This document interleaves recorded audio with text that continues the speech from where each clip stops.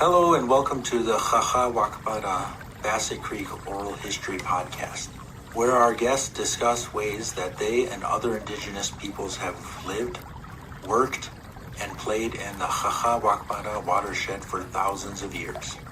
This project was created in Minnesota Makoche, or Minnesota, the traditional and contemporary homelands of the Dakota people.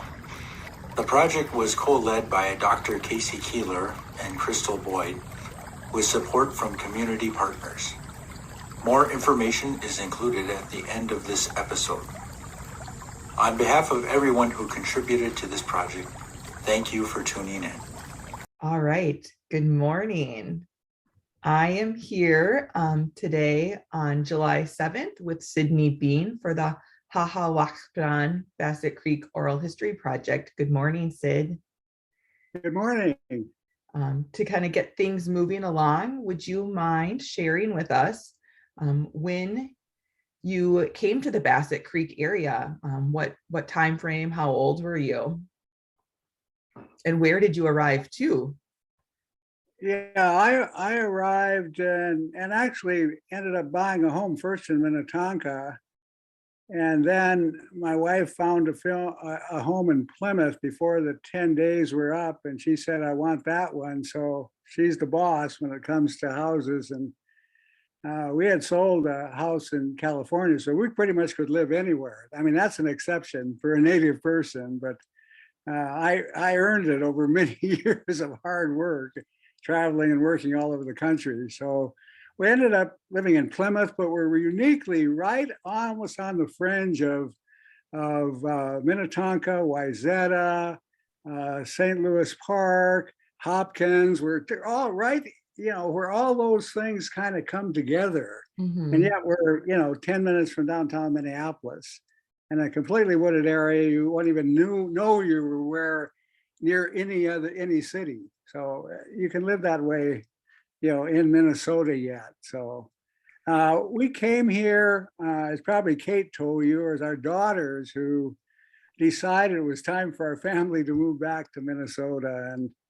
And of course, I was working for a national organization and the top Western leadership position in the United States, and I could pretty much decide where I would live as long as I'm near an airport. So I was able to move my office here, and that would have been in 2003. So we've been here now going on 19 years. Mm-hmm. So we've been here a while, Mm-hmm. in terms of probably the longest I've ever lived in any place now is here. Oh, wow. Yeah. So, and, living in Plymouth, I recently met with the mayor, city manager, and department heads, and particularly the parks. And the only person that lived in Plymouth longer than me was the mayor, and he lived here 2 years longer. So when you talk about suburbs, there are not a lot of older people still out there, Mm-hmm. my age, involved in issues and working on projects, like this, where you're dealing with all the different facets and understanding all the pieces work and don't work, Right. and why people end up living where they end up living, or don't have any other choice in many cases. Right. I feel like you are the only person I've ever met who bought a house and then within a 10-day window moved to a different house. I didn't even know that was a thing. It might not be anymore, but I'm glad you found the best place for yourself and your wife. And I think we made the right decision. So this is where, Katie and Carly and Sydney, the three daughters that came with us from the Bay Area, lived and then went back to school. Mm-hmm. We're in the Twin Cities area.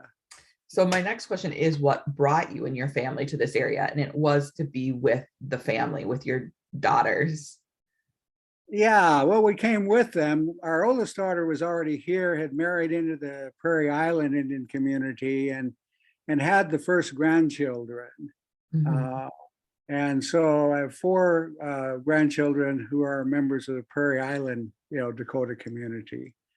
And so it was a way to sort of, bring that part of our family, particularly the grandchildren and their parents and their grandparents together, and to come back to our Dakota homeland. Yeah. I mean, that really probably more than anything, because we were living in the Bay Area, and who wouldn't like to live if they could afford it in the Bay Area? It's an amazing place to live and to interact with and to experience. And we still have a son out there, but people always say, "How could you leave San Francisco area?" And I said, "Well, we thought we'd end up going back to Phoenix, but we ended up, in our Dakota homeland because it's our Dakota homeland." Yeah. And now you have more grandbabies. We just had our 13th. All of Wow. them, all of them born here in the Twin Cities area. So exciting. Congratulations. Yeah, so we're going to be around here for a long time, our family. Yeah. And there's going to be quite a few of us. Yeah. So you have the 3 daughters and 1 son?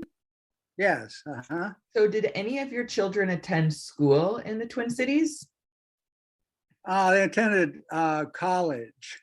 Okay. College in the Twin Cities, University of Minnesota, Minnesota Community and Technical College, and Metropolitan State. Okay. Were the colleges. So it's our grandchildren, that have attended, all the way up, because we have some now that are out of high school. Mm-hmm. When I was talking to Kate last week, we were talking about, where her children would go to school and the opportunities for Indian education programming. Are you familiar with the Indian education program in your school district, even though you don't have children there now? Well, yeah, in Plymouth now that we do, yeah, Kate moving here, we will have children in the Plymouth school district, and I've already met with who was the head of diversity with the district, which, as I understand it, you lived in Anoka, which is the largest school district in the state, but the largest high school is of course in Wayzata School District, which is in Plymouth. So this is a good sized school district too, and of course Plymouth is a growing economically city that's getting to be right up there with the largest cities in the state. Yeah. So I hope there's good opportunities for Indian education programming for the grandkids. It's small, and we did have an initial meeting, and Kate probably told you, with some of the people. It's small.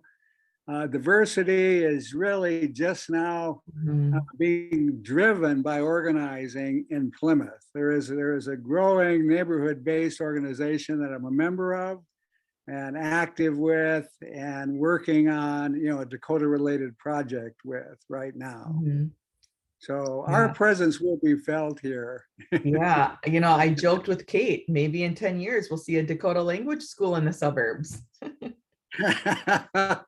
Yeah, well, that's not out of the question. I mean, in places like Arizona, a lot of the work is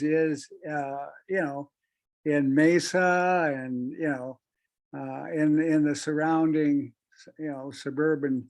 Although there's no real separation, from a native context between reservation, urban, and suburban. It's all the land and the water and our relationship to all of it.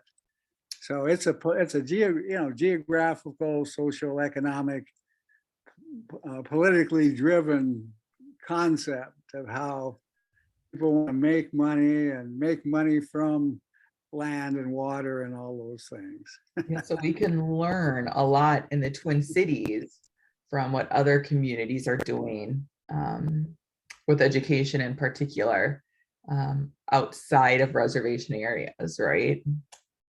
Yeah, well, the Twin Cities, as you know too, is very unique in that it has the largest urban, geographically functioning within within, a couple of neighborhoods really visible urban community in any city in the United States.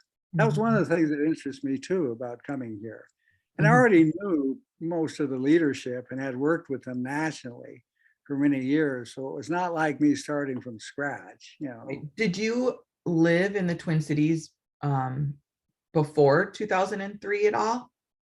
No, I taught in Minnesota first when I got out of college. I went to college in North Dakota and South Dakota. My parents ended up working for boarding schools, both met in boarding school off of reservations, and then went back to work boarding school. So I grew up in actually also within boarding schools in North and South Dakota, and then went to community college in North Dakota in Wakpadan, North Dakota, which of course is a Dakota name.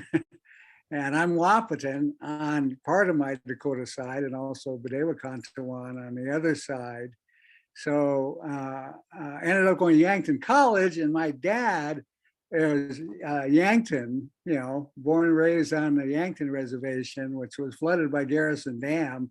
And so his land ended up being flooded, not by Garrison Dam, that's North Dakota, Pickstown Dam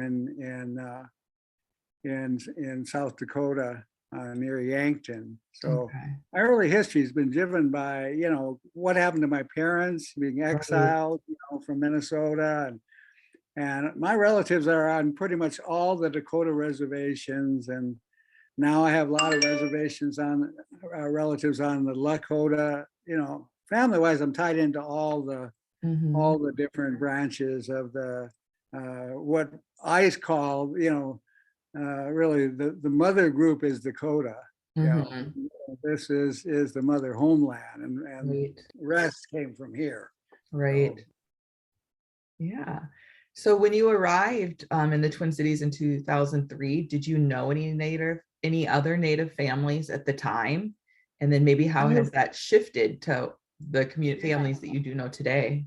Yeah, I knew quite a few. As I said, I knew the people who, pretty much most of the people who organized the American Indian movement, very close friends with, most of the top leadership, going back to their boarding school days and their relationship with my family in boarding schools, where their parents or grandparents were in boarding schools with my parents and grandparents, and and then we sort of ended up working together, particularly the people from the American Indian movement nationally. So I served on national boards with the leaders of AIM in the early 70s, and traveled extensively, also.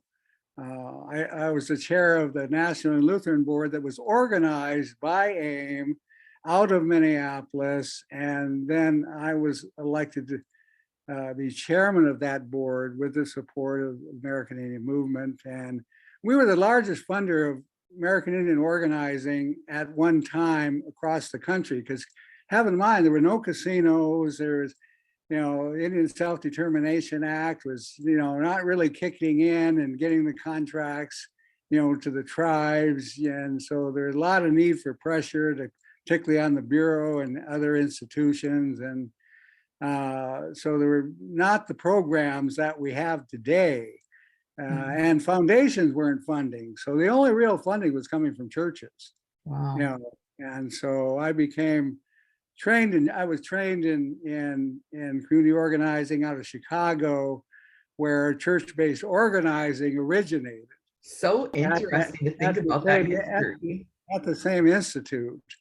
I was the first Native person and one of the first person that went through the first long-term national training. And then it sort of guided my career by connecting me with the top labor organizers in the country, the top political organizers in the country when I was in my 20s, so I've benefited from a lot of things that happened to me, and it didn't happen to me. I've been programmed like all of us to be where we're at. When you get my age, you realize, you stand on the shoulders of those that became before you.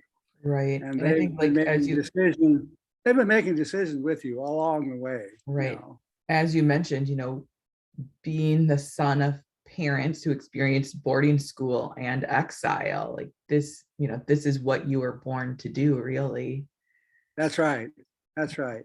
Yeah. And then coming to Minnesota in the early 2000s to the birthplace of the American Indian movement, which you are already so heavily involved in.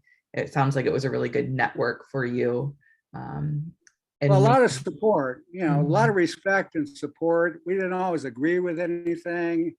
I didn't cross over the line, that they did that led to the end of the national organization, Mhm.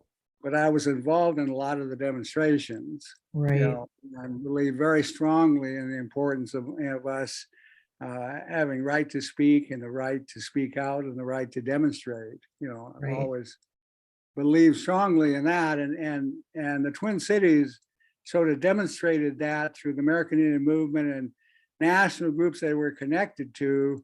That so when we had days of action, I mean, we were able to take over BIA offices all over the country. Mhm. And I Yeah. led to take over the one in Chicago. So I'm doing a little work here at the University of Wisconsin, looking at the history of the American Indian Studies program here, and I found a promotional flyer for an American Indian movement rally here in Madison, I think in 1974, and that was kind of fun. It says American Indian Movement, speaker Clyde Belcourt.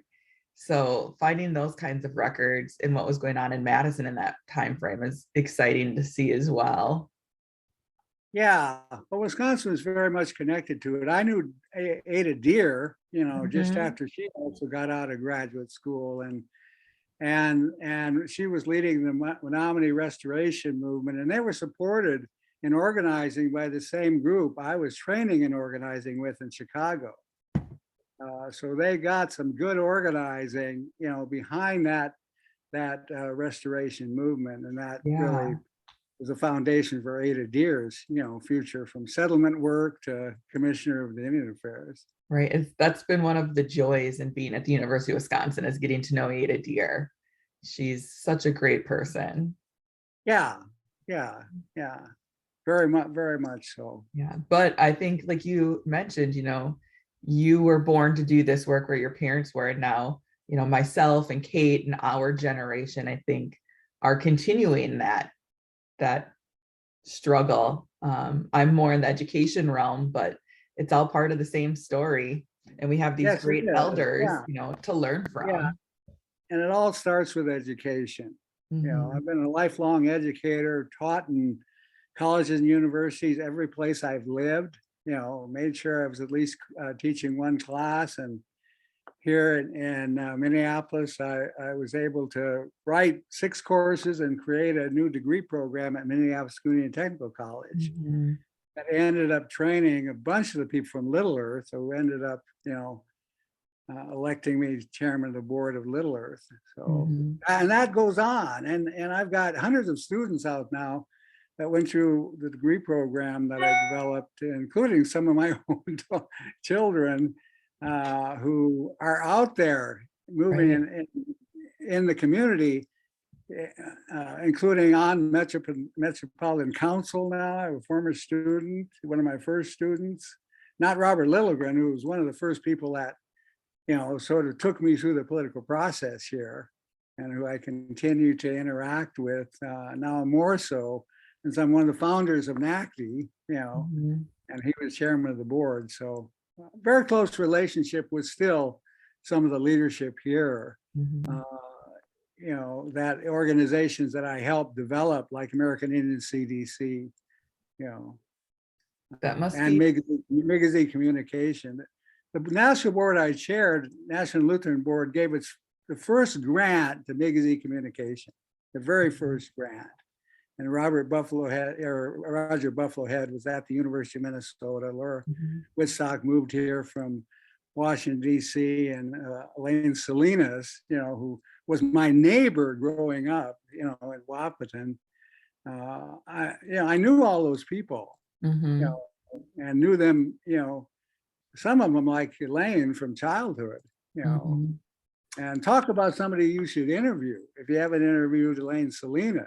I haven't, She's but amazing. I did interview Eric Buffalo Head. Yeah.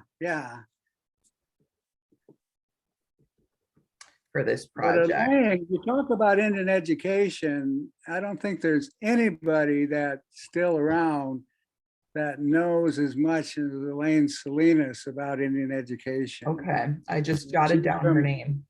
She's from White Earth. Her maiden name is Martin. She has not only worked locally, and helped, in the development of Migsy also, and then probably the closest friend, of the sort of founding. I guess, Roger was very key to that whole beginning, but Elaine was a part of all that too. And then she ended up working nationally in education all over the country. So like me, she's got the local perspective and the national perspective and understands how it all fits together, And from the earliest days of Indian programming, particularly in cities, when I started out, none of these programs were here. There were Indian centers, and they were primarily social cultural. Right. And some of them maybe had some United Way money, but there weren't any of the programs, So I sort of understood and was a part of pretty much all of those different programs, in my work. So why do you think the churches were such an early kind of pillar of financial support for a lot of the organizing and activism work of Native communities? Yeah, I think there's two reasons. One, the churches really were historically the first place of organizing a community. You organize it around the church. Even non-native, right? I'm talking about the non-native. So if you're talking about urban, suburban, organized around the churches. So the early churches here actually were French, because the French were here first, in terms of the non-natives. And now it's hard to even see them, and they're like the Dakota people saying, how come we're so invisible, but there were all these Catholic churches and all these communities organized around the Catholic Church, and then in came, the English and Germans and Irish, and then Scandinavians, after that. So you've got the whole, and led by church-based organizing, really. So, and they had the resources, they had the relationships to the business community as well as to the service community. They were the first service organizations in communities, and the first then to serve also Native communities and provide services. Of course, the interest was to convert, and not very many Indian people converted, and still there are not many, if you look at it in terms of larger context, that are involved, but the values are there. The mission is there that relates, to looking at how people should be treated, and that we're all, brothers and sisters, or we're all related. And so, and the other is that Indian people experiencing the churches through boarding schools and the church board mission schools had this mixed sort of relationship to churches like to the federal government. It's kind of, I mean, in a dramatic sense, it's love-hate, love-hate. And so that comes into balance, it goes out of balance, but it creates a dynamic that brings those two together, and so Indian people came together around the values and interested in the theology, and also came together that found in challenging those groups a willingness to stick with the discussion, become educated, build a relationship, with those through those institutions. So, so that builds strong relationships. I often say, and Clyde would agree with me, although he wouldn't say it in his speeches, without the churches, there wouldn't have been American Indian movement. Mm, Would not have happened. right. And so he always said to me, well, Sid, I gave my speech, but as you know, I didn't, say as much about the churches, but we know. When I share with people the role of the Minneapolis St. Paul Archdiocese in the creation of Little Earth, people are always really surprised to learn that as well. Yeah. And that some nuns were even living there back in the That's where day. the resources were, both politically and economically and socially, and so it was, and still are, churches are still community, Shifting gears a little bit to think more about the Bassett Creek and the watershed. When you think about the Bassett Creek area, how do you relate to this region as a Native person, more specifically as a Dakota person?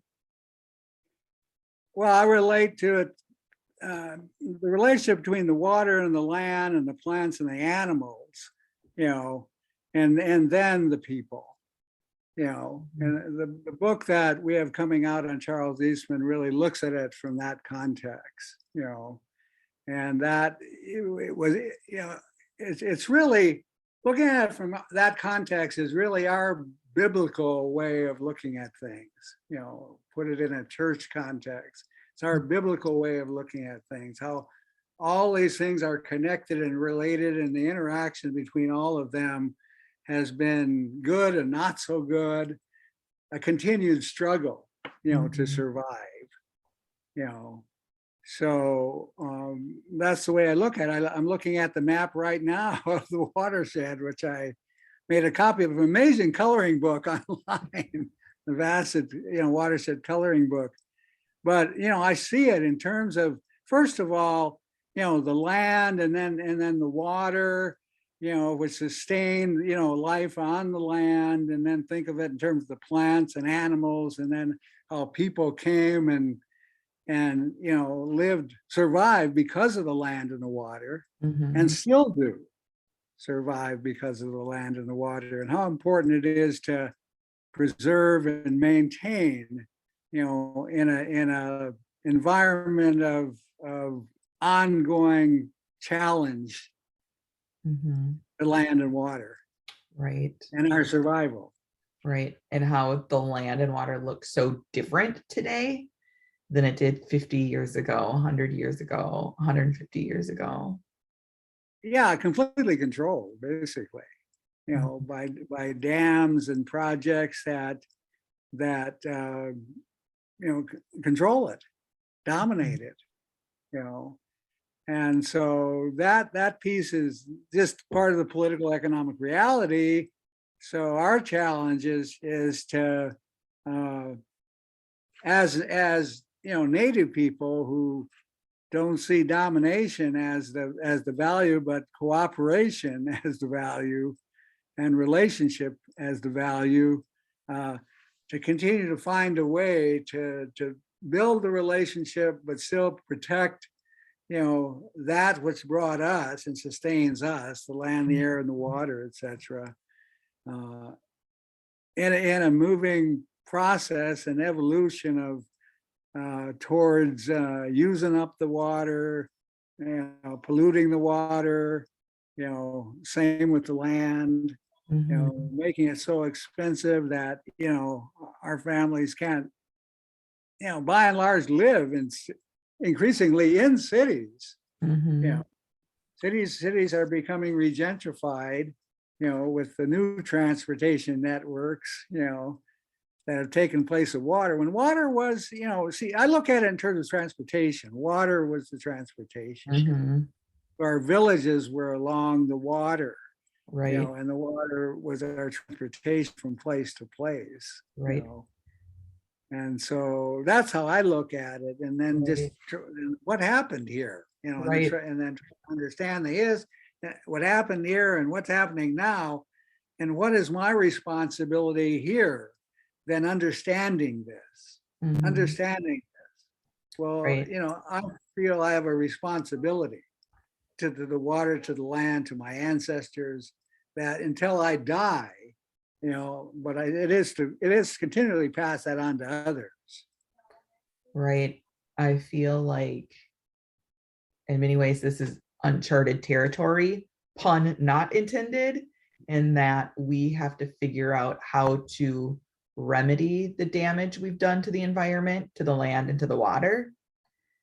And thinking about transportation, what struck me when you were saying, the significance of water and transportation is, to my understanding, there weren't necessarily Dakota villages located along the watershed, but there were trails.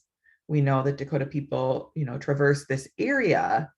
And then today, when we think about transportation and how easy it is to get from places like where you live, Plymouth, Minnetonka, to downtown Minneapolis, 394, right, almost runs parallel to the Bassett Creek watershed, which is like such a main thoroughfare in the Twin Cities. Right. And it's the sort of the Gold Coast is coming out of Minneapolis this way west. Yes. The Gold Coast of the Twin Cities. Yeah, if you look at and follow 394, all the huge apartment places, the new West End, and and the increasing franchise stores. Right.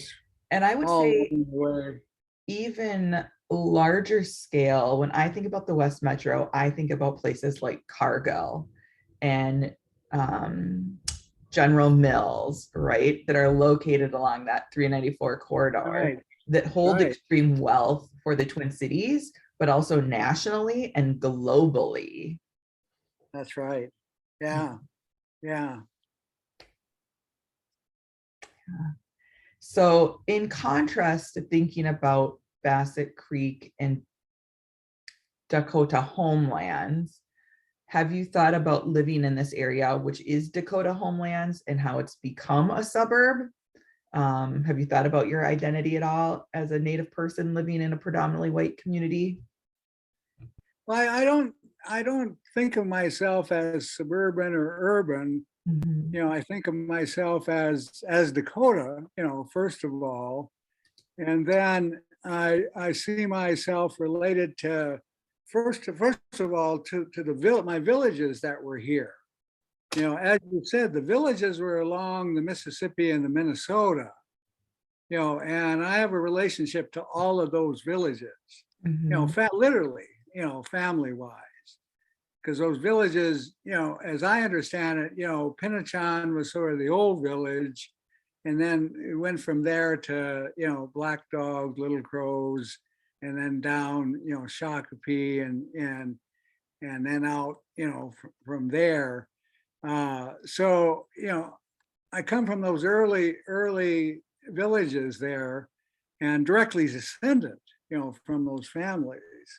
So that's how I could see it first, and then they had villages there, but their villages, were not year round. Mm-hmm. They were not farming settlements, where they lived on the land and farmed the land and lived on the land year round. So really, the watershed and the water here is where they came out and camped. Mm-hmm. They camped along the watershed, and Medicine Lake, St. Anthony Falls. Cloudman would, camps would move, Mm-hmm. because they moved in and out of the big woods, and out onto the prairie, depending on, what they were gathering or what they were hunting. So they were, to survive, they were also continually on the move. Right. Right. And so I look at it an area which they moved throughout. Yeah. So are you involved in any cultural activities in the area? Do you participate in cultural activities in Minneapolis, in the urban Indian community, or do you return to your tribal community for cultural activities, or a mix of all three? Yeah, I mean, I don't get back. I was born and raised on the Flanders Santee Sioux reservation. which my ancestors helped to organize as the first American Indian settlers in the United States under the, Settlement Act, and then ended up, in order to get their benefits from the treaties, they had to take on reservation status, and so that sort of took them away from the most freest life that, but the most treacherous life they had too, because they were doing it against the wishes. They formed a community against the wishes of the federal government,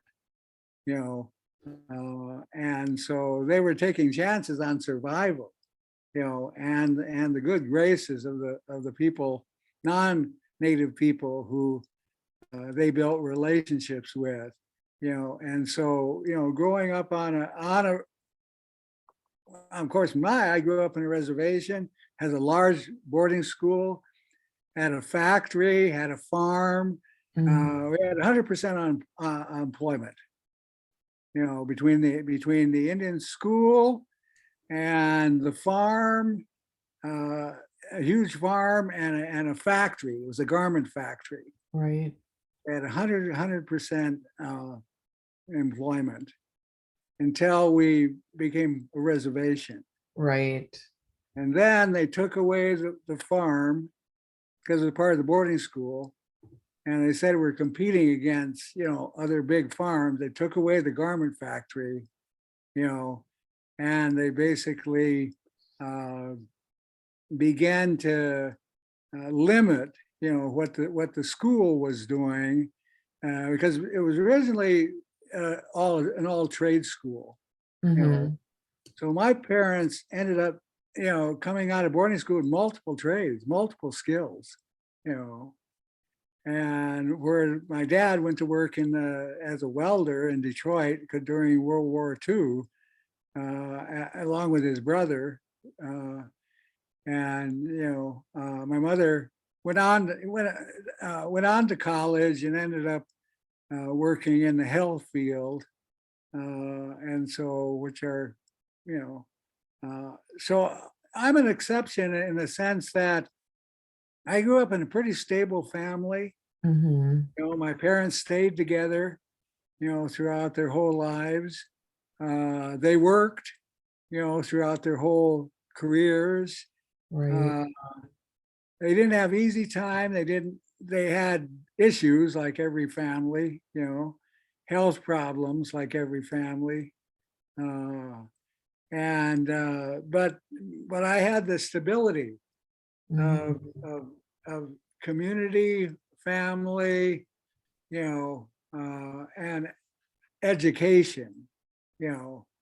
We couldn't go to the boarding school because the policy was if you lived, your parents worked at the boarding school at that time, you could not attend it. So actually, I grew up living in the boys' dormitory at Flanger. Oh, wow. Actually lived in the dormitory. And my dad had graduated from that boarding school and then went back and was the basketball and track cross country coach, and then started a woodworking program in the boarding school, amazing woodworking program, and was the boys' advisor and coach. So he got along well with everybody. So all of those boys who went through those schools have nothing but high respect for my dad, including, most of these guys from AIM who went to Flanger. We're talking about Charlie Deegan, we're talking about Dennis Bank and his brother, and Clyde didn't, but Floyd Westerman did. So. Wow. So lots of back and forth, lots of connections, understandably so, given the removal and exile of Dakota people between the Dakotas and the Twin Cities. Yeah. So Wakpadan is the Dakota name for Bassett Creek. What do you think about the role and importance of language and place names, particularly in predominantly white settler spaces? I think it's critical to understand each other.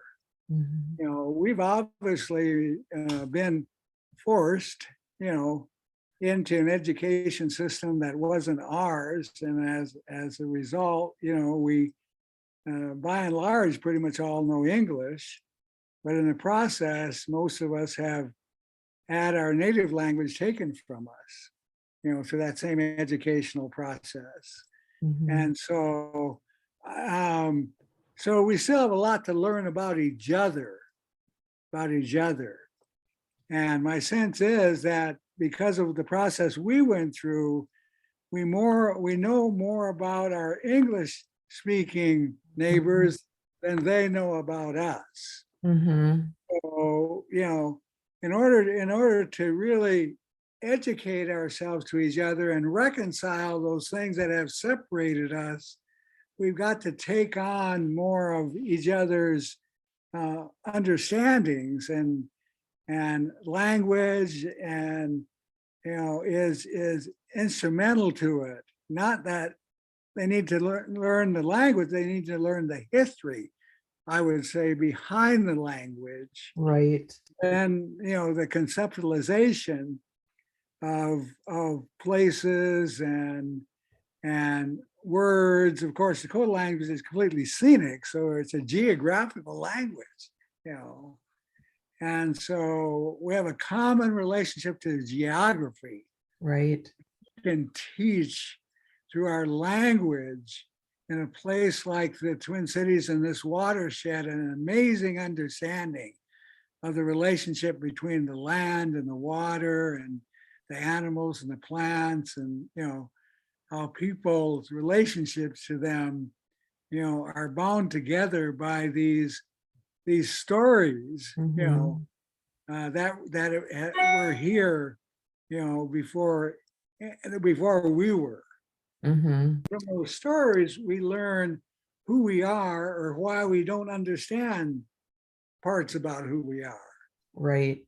Yeah, So I think that's important, thinking about place names and languages, learning opportunities. So if we think about Bassett Creek, being named after Joel Bassett, and what does that mean? And I feel like that's pretty accessible for people that want to dig into it. But for non-native people wanting to learn Dakota names or the Dakota histories, it's not as accessible, because I think there's been deliberate attempts to hide that and erase it, right? yeah, and Judge Bassett. So it makes you wonder, well, what did Judge Bassett do in 1852? See, Flandreau is named after Charles Flandreau, without the E at the end. That was put on later, who came out here as a developer from the East, got involved with the state legislature. And at that time, it was territorial government. So they were trying to buy up land throughout the whole territory, including along the Big Sioux River. And so he was a part of that early development. And then when it became a state, tried to bring, that part into Minnesota, was unsuccessful in doing that. And that became part of South Dakota, but the name stuck. And then he ended up sort of leading the settlers against the Dakotas in the Dakota War. He was one of the main people taking on a leading officer role in the Battle of New Ulm, and sort of led the Battle of New Ulm, against the Dakota people, which was strategically may have been the most important battle of the Dakota War. So here I end up growing up on the Flandreau Santee Sioux Reservation. You look at that, and that's why, I did a recent interview. I don't know if you saw it on Channel Fox, and where I talk about I'm such a, my relationship to Minnesota is so complex, and such a contradiction, that you have to understand both the complexity and the contradictions, to understand, even begin to understand what's going on. Right. So that's when I look at Judge Bassett, I think why this name? Right. you know. Yeah, and of course, becoming a judge, he had the power, to determine, right and wrong, and at those people and issues that came before his court. Mhm. So they were the early power, power people along with the governor and Right. others. Right. They all work together. They all work together. It's all part of the settler colonial system. Yeah. So this oral history project in particular grew out of the Valley Community Presbyterian Church's land acknowledgement process. What do you think about land acknowledgements in general? And after the work has been done to create a responsible land acknowledgement, what do you see as necessary and supplemental follow-up work to be done? Well, it's a movement now, the land acknowledgement movement. I mean, Arizona State University, where I graduated, when they have graduation now, first thing they do is make a land acknowledgement statement. Mhm. Arizona State University used to be the largest public university in the country. It's still one of the largest in the Pac-12. So it's certainly, there's a movement, and the movement is to really, everybody should understand, the people that inhabited this place and by which the names evolved. Mhm. And within the names, the stories and the history, because that begins to give you an understanding of why our ancestors lived there, what brought us there, because we've all been brought, that are alive today, we've been brought to this place. And like I say, we've been brought here. Mhm. And those who live after us, we are a part of, because, this gets you into physics, but, we're a part of a life that lives on. Atoms live on, and they interact, and they integrate, and when you really get down to it, everything is related. So that's why it's so crucial that we understand those relationships Mhm. in order to break down the barriers that have separated us Right. politically, economically, socially, and education and the theories of education that evolved out of that, driven by economics and politics, have defined our educational understanding and separated us from the land, the water, each other, and then made acceptable, the things that led to, separate us historically, Mhm. including shooting us, destroying, the water, destroying the land. And then the church, became complicit to that. Mhm. The church became complicit to that. Not always completely supporting it, being somebody who is close to the church. My great grandfather, John Eastman, was, became a Presbyterian minister, rose up to the highest you could at that time within the Presbyterian church and be a native person. And spent a lot of time in Washington, D.C., mentored his younger brother, Charles, through every step of his education and his career. And so, I have a close relationship to that history too. And there's a lot of good people, most people in churches are good people. The system itself is a Mhm. system that's been part of the overall system that Right. still has a ways to go to reconcile, itself with history. Right. And that means with the stories Right. that are connected to the history of Right. the people who were here first, who then it was okay to remove, it was Mhm. not okay. And some churches are doing a better job than others with those histories. Yeah, exactly, exactly. And this movement and the movement to rescind the doctrine of discovery, which is another one, are important parts of that. And I know the Presbyterians, along with the Lutherans and the Methodists and others, have resolutions, that the doctrine of discovery should be repealed by the Catholic Church as a part of one of those movements, Right. that come out of our community, our native communities. And so these movements are growing, and that's why, so they're going to be around, they're going to be a part, they're moving into the educational realm and into the educational systems, they're moving into the governmental systems, and so it's part of not just reconciling with ourselves as separate beings, but reconciling with ourselves as one being, as human beings. Right. Breaking down those barriers that you mentioned. Yeah, all the barriers. Right. So I think it's a critical step. Thinking about the environment now, what advice would you like to give to those who help manage and steward the Wakpadan, Bassett Creek watershed and surrounding area today? Are there any particular changes or initiatives you'd like to see?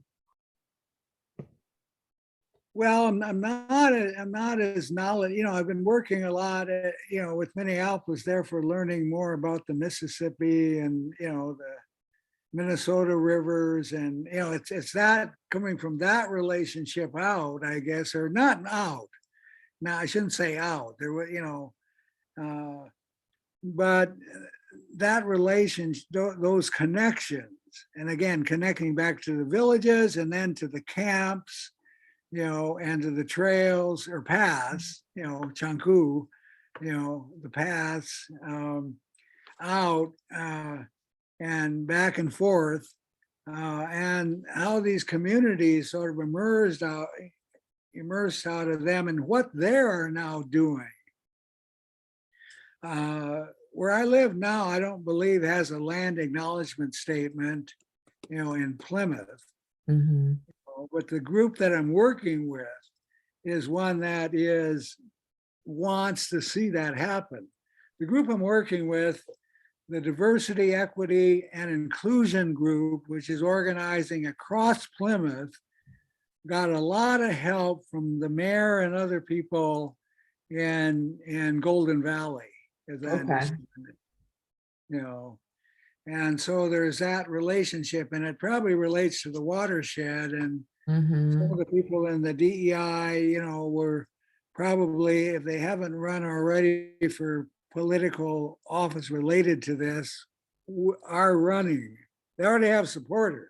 Yeah. That are connected to this whole thing, right, politically and economically. So there are more coming from Plymouth. Right.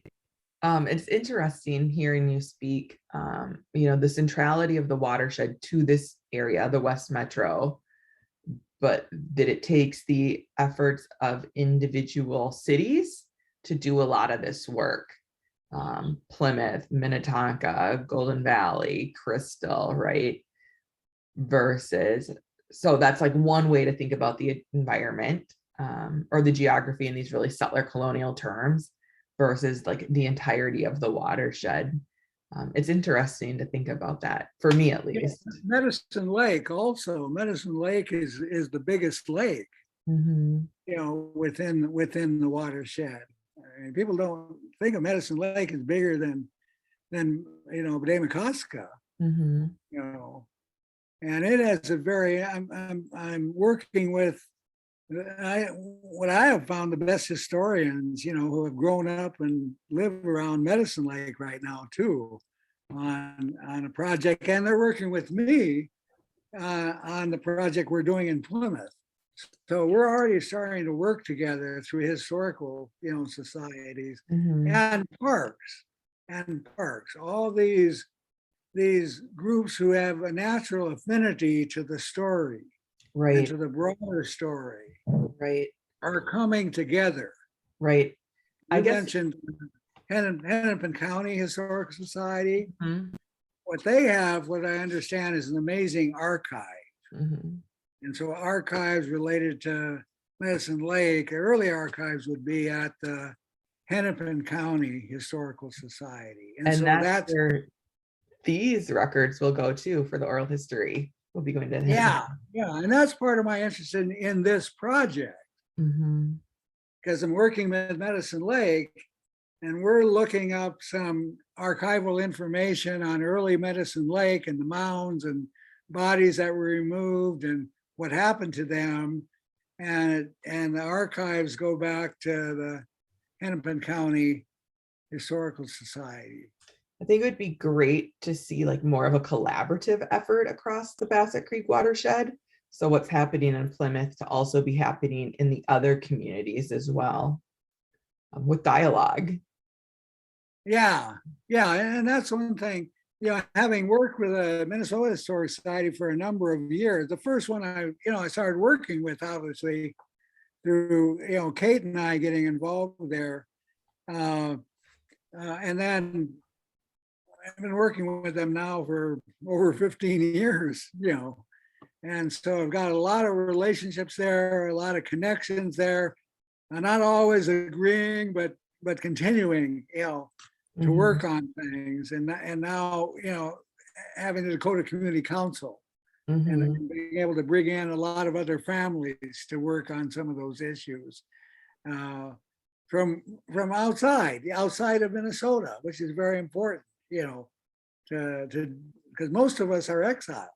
Most of the vast majority, only a small percentage were not exiled, Right. and so most of us, are still struggling to return, and return the history of our families here, and return the history of Access land. our villages Right. that are least understood. They're a name of utility companies and roads, but people don't know the villages pretty much at all, generally. Yeah. So we have a lot of work to do. In my case, my children and grandchildren, are going to be around here much longer, and so I realize now I don't have to get involved in everything. I don't have to, try to take, overall responsibility for things. There are many of those others. That's a learning pro. What I've learned, by taking responsibility, you learn more than anybody else. So I've done a lot of learning by taking a lot of responsibility throughout my careers and work I've done all over the country, mainly in and out of cities, So I understand cities very, very well. Now, I moved to Phoenix before there were crosstown freeways, and where Phoenix was literally a small town, so I understand. I lived in Chicago. I worked out of New York. My wife and I met in New York City. I've lived and worked in Los Angeles, over many years. So, and I've worked with mayors, I've worked with governors, I've worked with members of Congress, I've worked with members of the cabinet, testified, commissions and Congress. So I've tried to understand the system, Right. as it works from the bottom up and from the top down, Right. and interact with it at all the different levels. And fortunate, I had an organization called the Center for Community Change that recruited me early on in my career through a Robert Kennedy Fellowship, and then brought me on their board, mentored me through my whole career, literally, and provided me with the resources to be able to go in and do the work I've done, locally and nationally, throughout the United States, throughout my whole career, and so, in that regard, I have a responsibility to share those stories and to help in any way I can, as I'm saying to you, in any way that I can, and I know Kate will, to help with anything we get involved with. And we see the relationship between this and everything I'm working on. If there was Right. not a relationship to everything else I'm working on, I would not be able to spend the time, Mhm. helping, But again, I'm not going to be the organizer. I'm not going to be the leader. I'm not going to chair a board. But I have a lot of knowledge historically Right. about how the politics, the economics, the social side of it, educational systems, Mhm. how they work and what the challenges are. And there still are many. There are Right. increasing ones. And Because new we're facing different ones. growing separation, growing disparities. Right. It's like it's all starting over again. Right. I think like the economic disparities are something that are becoming just like so enormous these days. Yeah, like can't afford to buy a house. In homelands. Right. Exactly. And with regentrification of, which is a battle going on right now in downtown Minneapolis and along the Mississippi, and of course with the light rail, more people moving in, with resources and high-rise apartments everywhere, Mhm. Alongside a growing Indian homeless people are going to be population. less and less able to live there Right. financially. Right. And I saw that happen in San Francisco. I worked on the only Indian-owned building in San Francisco today is Friendship House. It's an alcohol treatment program in the Mission District.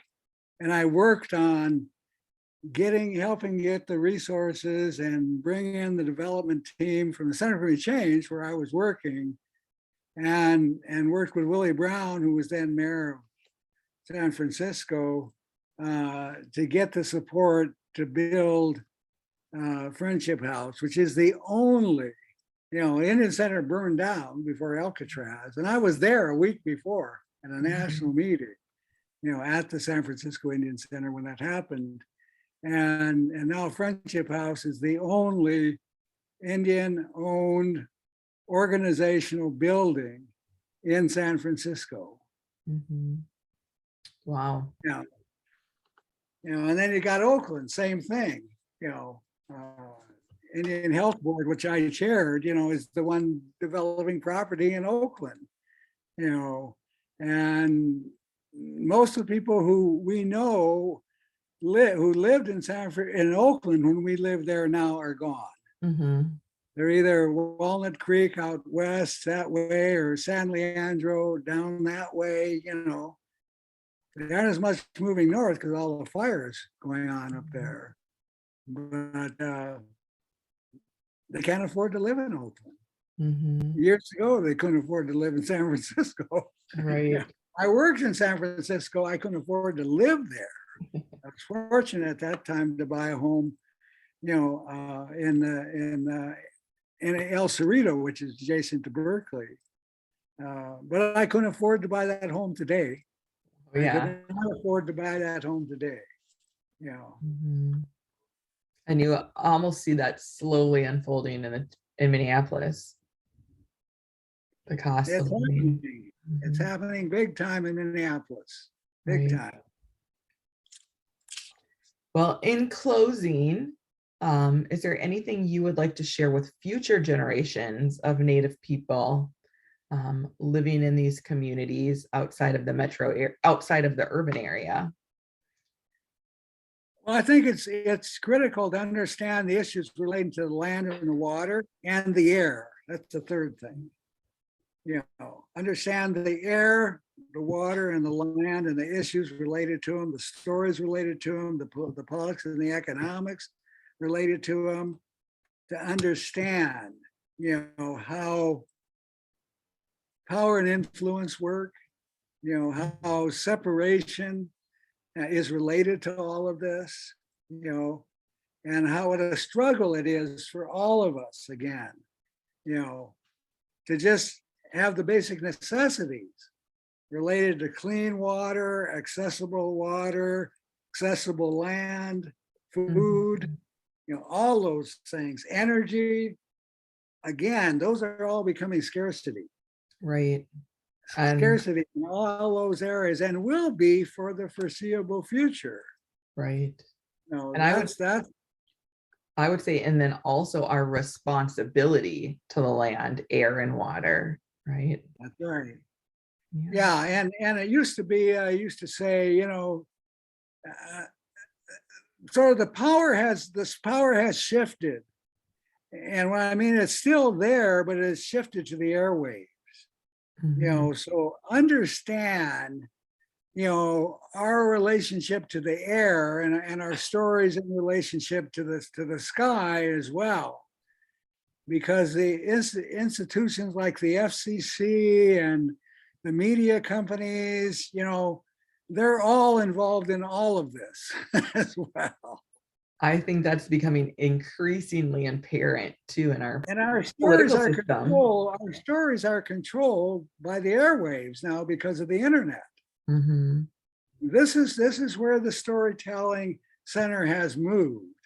It's moved to the internet, and it's moved to the airwaves. So if you don't understand the airwaves and why it's important to have network neutrality, and access, Mhm. and be able to get your stories out, Mhm. and the importance of getting your stories out on a regular basis, which is what I do. Mhm. Short videos, projects that are related to doing videos, Mhm. getting your stories in print, in books, on the airwaves. That's what I'm doing now. And because it says my age and I have all these stories, it's accessible to me. Right. It's accessible to me. Right. And especially So during this new age of COVID, yeah, it's become exactly. increasingly important to use the internet for storytelling and capturing and keeping these stories. Yeah. It's allowed somebody like myself who can't get around as much anymore, just continue to do what I do. Mm-hmm. Literally every day, I'm able to do that. So sounds like you need a TikTok. I have a son that has all of that. I've never even done a TikTok. I don't know anything about it, but I know that they're short videos, right? My son has his own internet network called Johnny Beane TV. His main format is YouTube, but he's on everything. I'll have to look him up. And he's been building that for over 15 years. And it's all around music. I mean, his form of who he was from the very beginning and how he expressed himself has always been around music. Mm-hmm. And so he's found the place where he can do that all the time, 24 hours a day if he wants. Yeah. And make a living doing it. Is there anything else that you would like to share that we have not had an opportunity to touch on?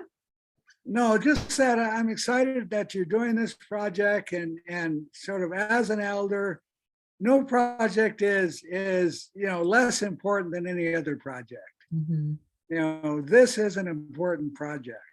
It is important that you continue to build, continue to develop, continue to relate, continue to tell the stories, pass on the stories, relate the stories to other related stories.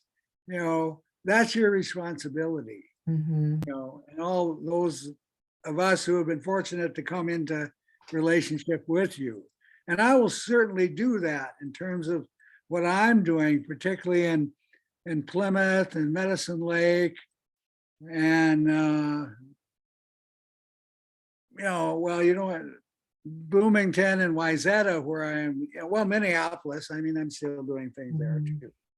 Right. So, right. I'm you can just count so on me excited. as a friend, as a relative, and somebody who pass on, Mm-hmm. whatever I can help with, and we'll continue to work on. Like I told you, we are changing the name of County Road 47, Hennepin.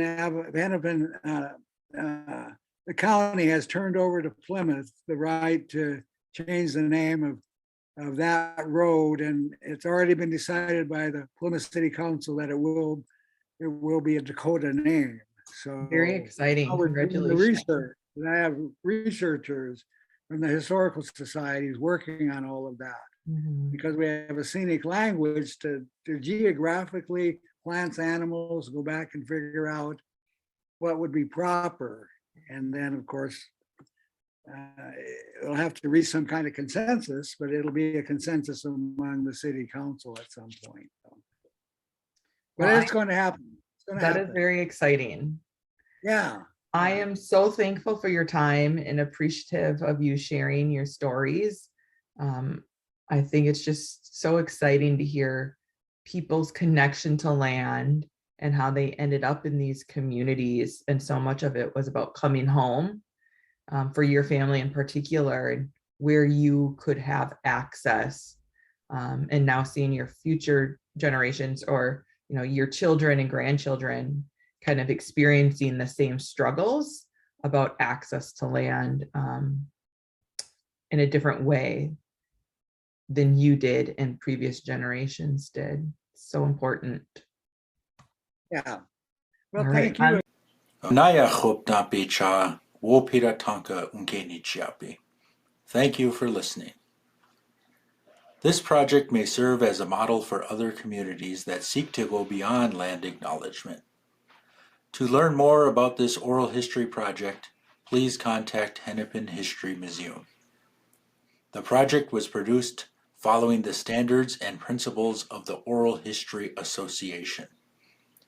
In addition to this podcast, the interview recordings, transcripts, and narrator files included signed legal released agreements can be found at the Hennepin History Museum. Funding and other support was provided by the St. Anthony's Falls Heritage Board, Hennepin History Museum, Valley Community Presbyterian Church, and the University of Wisconsin. This publication was also made possible in part by the people of Minnesota through a grant funded by an appropriation to the Minnesota Historical Society from the Minnesota Arts and Cultural Heritage Fund. Any views, findings, opinions, conclusions, or recommendations expressed in this publication are those of the authors and do not necessarily represent those of the state of Minnesota, the Minnesota Historical Society, or the Minnesota Historic Resources Advisory Committee. Anaya chopta pecha wopira unkeni chiapi. Thank you for listening.